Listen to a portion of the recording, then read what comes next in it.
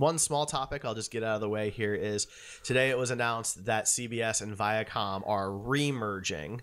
They're merging back together. They split in 2003, 2002. And this is a big deal for a few different reasons.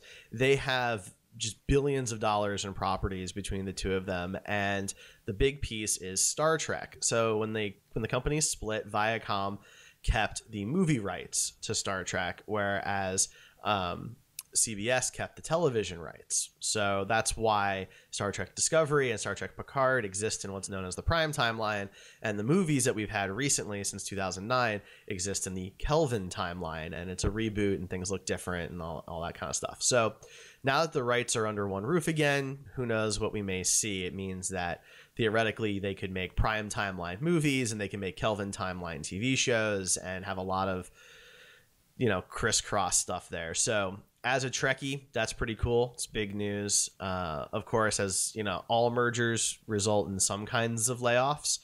From what I understand, those will mostly come from the administrative back office end of things because the rest of the productions are different enough that they'll need those people. But people who work in any other back office administrative areas, there could be some duplicated efforts that will end up with layoffs, which of course is sad. We don't ever want that, but that happened today.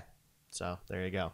So talking about layoffs, Lootcrate is filing bankruptcy, Chapter 1. Chapter 11. Chapter 11. Chapter 11. I don't know. So Chapter 11 bankruptcy, which means they're not closing. It's basically a total restructure, especially of debt and assets, to try and keep the company moving along.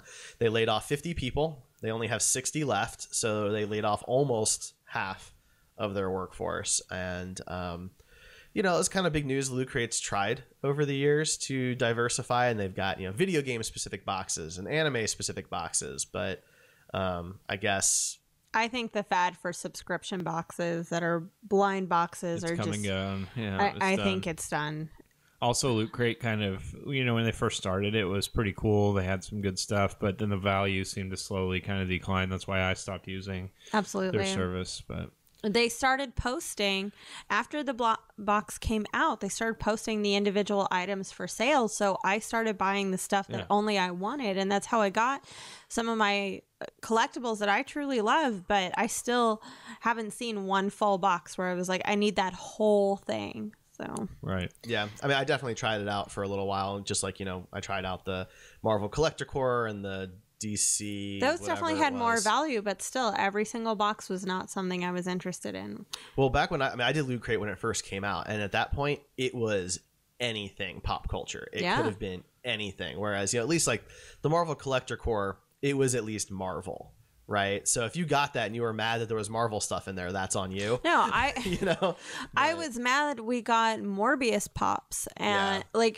I want really cool special edition Captain America, like one costume he wore in one issue, or I want that kind of stuff. I don't want these C and D list characters. So it was a mix because we also got like the Flock Chewbacca and the Star Wars one, for example, and that one was pretty cool.